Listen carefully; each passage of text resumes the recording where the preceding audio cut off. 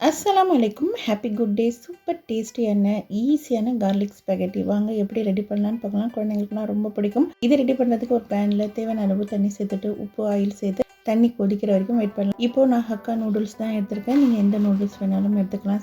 இப்போ தண்ணி கொதிச்சோன்னே நான் இந்த நூடுல்ஸ் சேர்த்துட்டு ஒரு 50% அளவு தான் நான் குக் பண்ண போகிறேன். இப்போ இந்த தண்ணி வடிகட்டிட்டு அதே பேனில் 4 ஸ்பூன் அளவு ஆயில் சேர்த்துட்டு ஒரு பொடியாக கட் பண்ணின 6 பூண்டு பல் சேர்த்துக்கிறேன். இதில் சில்லி ஃப்ளெக்ஸ் ஒரு ஸ்பூன் அளவு சேர்த்துக்கோங்க. நீங்கள் கார்த்திக் ஏற்ற மாதிரி சேர்த்துக்கோங்க. ஒரிகானோ ஒரு ஸ்பூன் அளவு சேர்த்துட்டு எல்லாம் மிக்ஸ் பண்ணிக்கலாம். இந்த அளவுக்கு மிக்ஸ் பண்ணிவிட்டு ஒரு 2 வெங்காயம் பொடியாக கட் பண்ணி சேர்த்துக்கிறேன். சேர்த்துட்டு நல்லா வதக்கி விடணும். சேர்த்துட்டு நல்லா இந்த அளவுக்கு நல்லா வதங்கின அப்புறம் தேவையான அளவு உப்பு சேர்த்துக்கோங்க. நான் வீட்டிலே ரெடி பண்ண டொமேட்டோ சாஸ் இது 2 ஸ்பூன் அளவு சேர்த்துக்கிறேன். சோயா சாஸ்க்கு பதிலாக நான் ஹனி சேர்த்துருக்கேன். நீங்கள் சோயா சாஸ் வேணும்னாலும் சேர்த்துக்கலாம். நான் ஒரு ஸ்பூன் அளவு சேர்த்துருக்கேன். இப்போ நல்லா மிக்ஸ் பண்ணிவிட்டு மசாலா இந்த அளவுக்கு குக் ஆன அப்புறம் நூடுல்ஸ் வேக வச்ச தண்ணி ஒரு கப் அளவு சேர்த்துக்கிறேன். சேர்த்துட்டு தண்ணி நல்லா கொதிச்ச அப்புறம் வேக வச்ச நூடுல்ஸ் இதில் சேர்த்துட்டு நல்லா மிக்ஸ் பண்ணிக்கலாம். மிக்ஸ் பண்ணும்போது கலர் வந்து திக்காகாது.